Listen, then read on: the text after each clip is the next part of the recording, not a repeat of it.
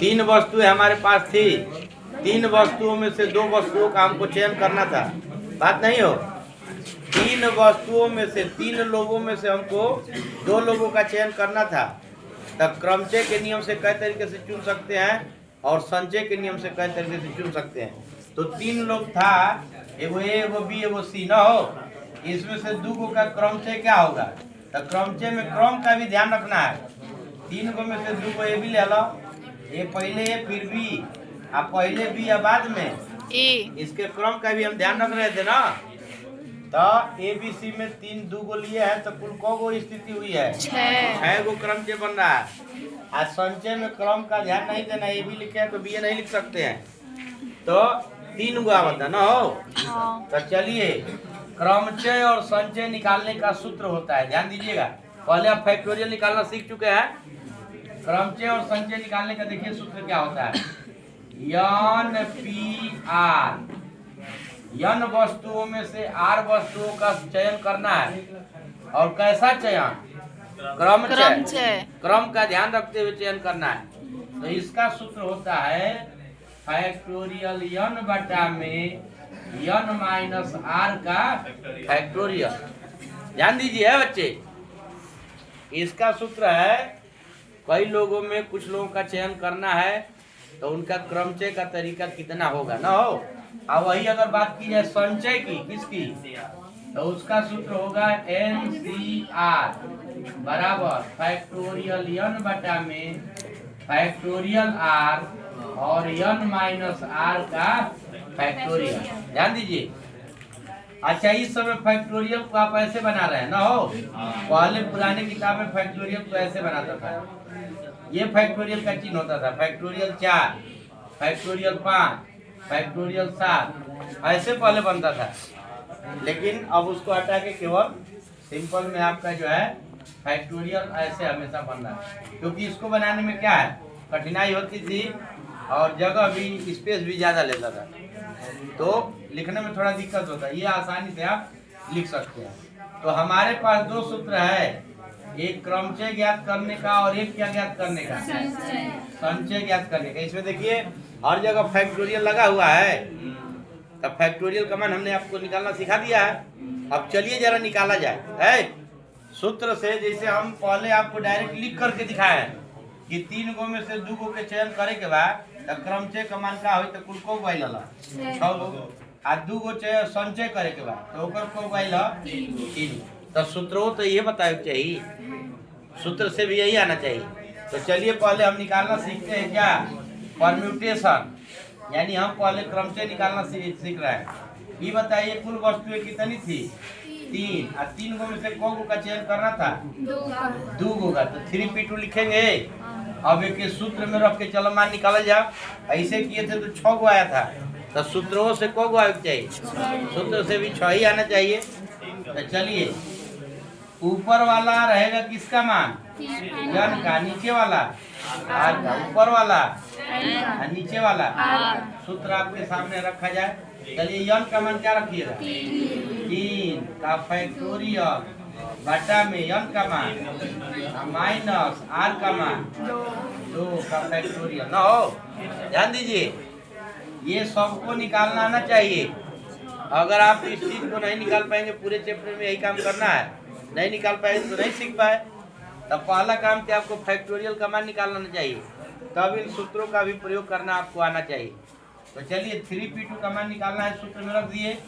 यन के जगह पे 3, यन के जगह पे यहाँ भी 3 है, आर के जगह पे 2। यही बताओ, 3 का फैक्टोरियल बटा में 3 में से 2 गया, 3 में से 2 गया, 1 का फैक्टोरियल।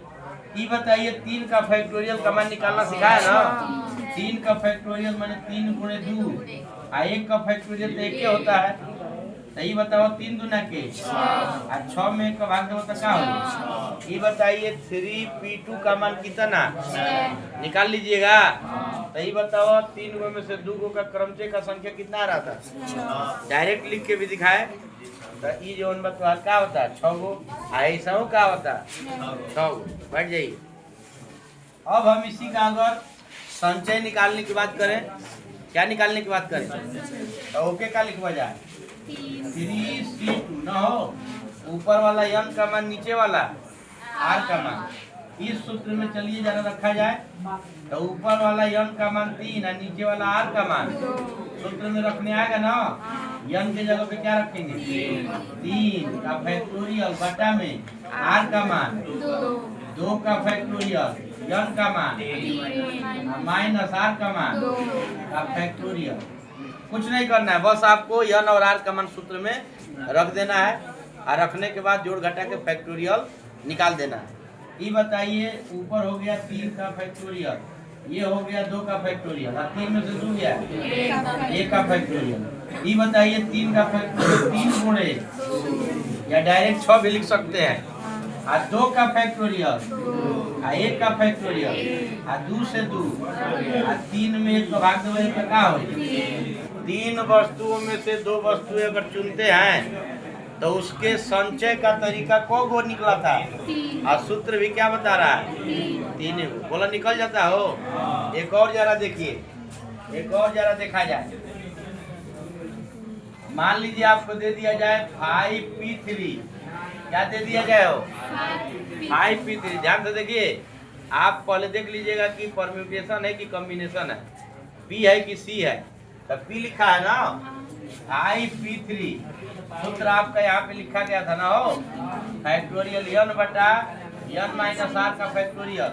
चलिए सूत्र में रखिए यन का मान 5 का फैक्टोरियल बटा में पोस्ट में यन का मान 5 और आर का मान 3 का फैक्टोरियल। ये हो गया 5 का फैक्टोरियल, ये क्या हो गया 5 में से 3 गया 2 का फैक्टोरियल। ये बताइए 5 का फैक्टोरियल का मान कितना निकाले थे 120 और 2 का फैक्टोरियल अब भाग दीजिएगा 60। 5 वस्तुओं में से 3 वस्तुओं को चुनने का क्रमचय का नियम कब होगा 60 गो।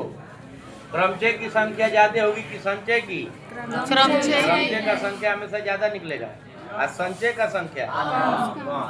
ये बताओ यही में कहा जाएगा कि 5c3 का मान क्या होगा।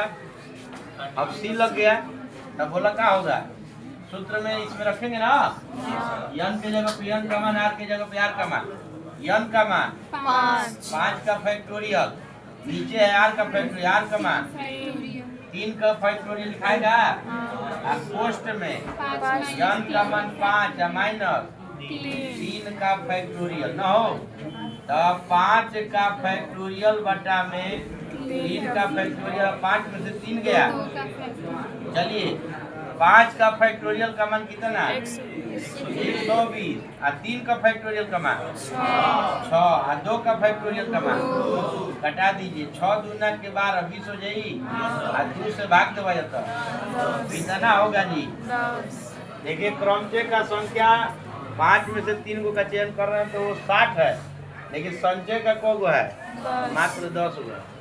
तो ये बताइए दोनों चीजें आप निकाल लेंगे तो इसको नोट कीजिए तो एगो दिया जाए 21 सीख गई।